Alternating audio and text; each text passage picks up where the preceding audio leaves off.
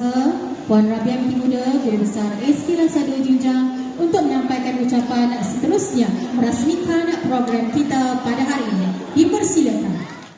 Bismillahirrahmanirrahim. Saya merasmikan majlis peluncuran program Amalan Guru Penyayang Informasi Tempoh Sains Teks dan juga Sambutan Hari Lahir Tingkat SK Lasa 2 Junjang.